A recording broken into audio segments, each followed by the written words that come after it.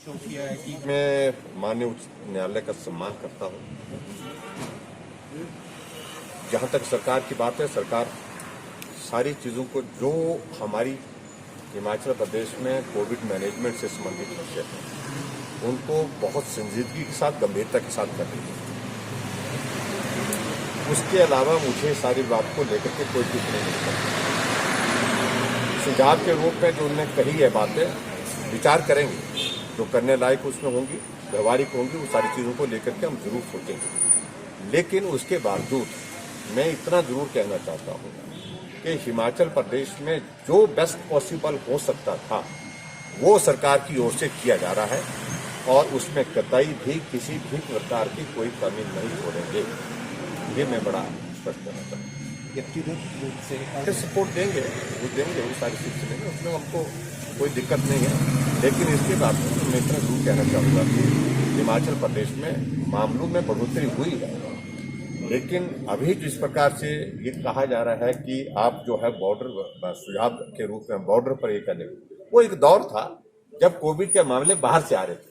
अब मामले अंदर है, हमको मैनेज अंदर का करना है। और कोर्ट ने इस बात का भी संज्ञान लिया है कि देखिए, सरकार ही जिम्मेवार नहीं, समाज भी जिम्मेवार है।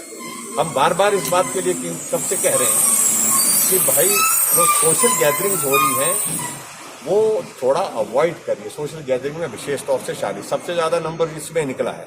और ऐसी परिस्थिति में हाईकोर्ट ने कहा कि भी समाज को भी इस दायित्व को, इस जिम्मेवारी को समझना चाहिए। कोविड का संकट अभी समाप्त नहीं हुआ, इस बात को हम बार बार कह रहे हैं। और उसी दृष्टि से इसको मुझे लगता है कि नीचे तक जो है, जहां सख्ती के साथ अब लागू करने की जो बात आई, उसको हम सख्ती के साथ लागू कर रहे हैं। और हमने अब बहुत सख्त जो निर्णय लिए हैं उनको नीचे तक पहुंचाने की हमारी कोशिश है, ताकि और संक्रमण तेजी से ना करें। प्रदेश में देखिए, हमारी टेस्टिंग जो है वो almost 4 times, 3 times at present जो 3 टाइम्स इंक्रीज हुई है।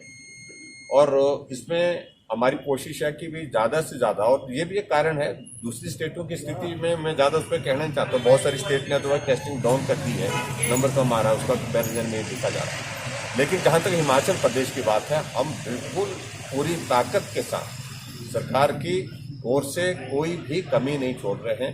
जहां इंफ्रास्ट्रक्चर को स्ट्रेंथन करने की आवश्यकता थी उसको कर रहे हैं। कैपेसिटी इन्हांस करने की बात थी, बेड कैपेसिटी को, उसके लिए कर रहे हैं। ऑक्सीजन की कहीं कमी नहीं है। ये कहीं से भी जो है गलत बातें आने, इस प्रकार से मैं इन बातों को लेकर ज्यादा नहीं कहना चाह रहा हूँ। सिर्फ कहीं भी एक भी बात को लेकर के ऑक्सीजन की कमी किसी पेशेंट को नहीं हुई। और जहां सीनियर डॉक्टर्स की ये 3 महीने पहले हम तय कर चुके हैं, सीनियर डॉक्टर विजिट कर रहे हैं, उनका रोस्टर बना हुआ है, उस रोस्टर को हम मॉनिटर कर रहे हैं, जा रहे हैं डॉक्टर, जा रहे हैं। लेकिन फिर भी और सुधार की दृष्टि से जो चीजें करने के लिए हैं उनको हम करना चाहते हैं।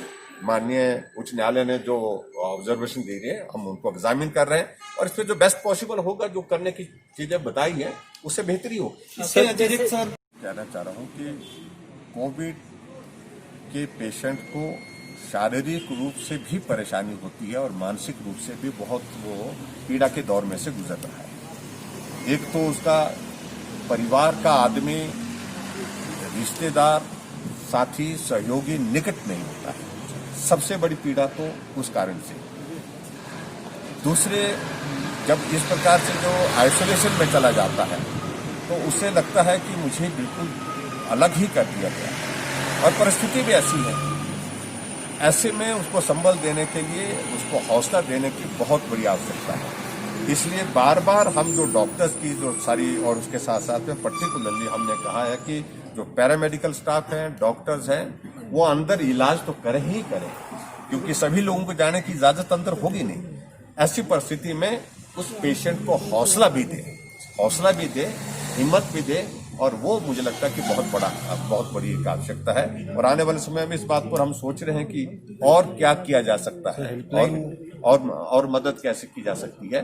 इस सारी बात को लेकर 2-3 सुझाव आए, उन पर हम आगे करेंगे। अपने चीफ सेक्रेटरी को कहा है कि आप इस सारे जो ऑब्जर्वेशन कोर्ट की, ये निर्णय नहीं है, ये ऑब्जर्वेशन है। और उनने जो बातें कही हैं, ये इसमें अच्छी सुझाव की दृष्टि से हम क्या बेहतर कर सकते हैं, आप पहले मीटिंग कर लीजिए। कल फिर उसके बाद जो है वो उनकी मीटिंग होने के बाद जो है मैं खुद जो है उसका जो है एक बार रिव्यू लूंगा, उसमें क्या हम जो डूएबल है, जो बेस्ट पॉसिबल जो करने के लिए है वो करेंगे। लेकिन मैं इतना जरूर मैं कहना चाहता हूं कि हिमाचल प्रदेश में ऐसा नहीं है कि सरकार कुछ भी नहीं कर रही है। सरकार कर रही है, अच्छा करने की कोशिश कर रही है। ये सुझाव बेहतर करने के लिए है, तो उसका हम स्वागत करते हैं। Thank you. चुनाव एक्ट के प्रोविजन के अंतर्गत होता है। चुनाव आयोग उसके लिए तिथि निर्धारित करेगा। अगर चुनाव आयोग सरकार से रिपोर्ट लेंगे कोविड सिचुएशन पर, वो प्रस्तुत कर दी जाएगी और उसके बाद चुनाव की तारीखें चुनाव आयोग ने तय करनी और उसके बाद हमने चुनाव का संचालन करने में सरकार की ओर से, प्रशासन की ओर से सहयोग होगा उसमें।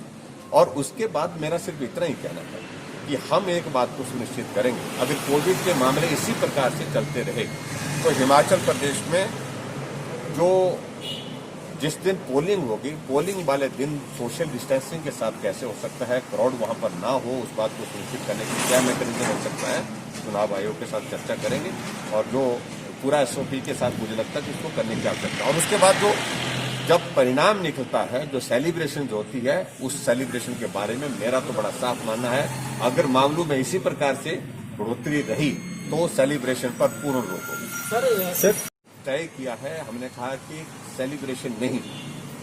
पहले भी बड़ा स्पष्ट कहा है कि 3 साल का कार्यकाल पूरा होने पर हम उसको सेलिब्रेशन के रूप में नहीं, महज एक जो है एक सादे कार्यक्रम के रूप में जो है उसको आयोजित करने का प्लान किए हुए। दूसरी बात, अगर कोविड के मामलों को लेकर के मामले बढ़ते ही गए तो पुनर्विचार भी कर सकते हैं। हम टेक्नोलॉजी के माध्यम से भी इसको जो है वर्चुअली जिस प्रकार से करते हैं कार्यक्रम, उस प्रकार से भी प्लान कर सकते हैं। हमारे पास ऑप्शंस हैं, इसलिए अभी तक हम इसमें निष्कर्ष पे पहुंचने की आवश्यकता भी नहीं है। जल्दी इस बारे में निर्णय 15 तारीख के बाद करेंगे। सर तेलंगाना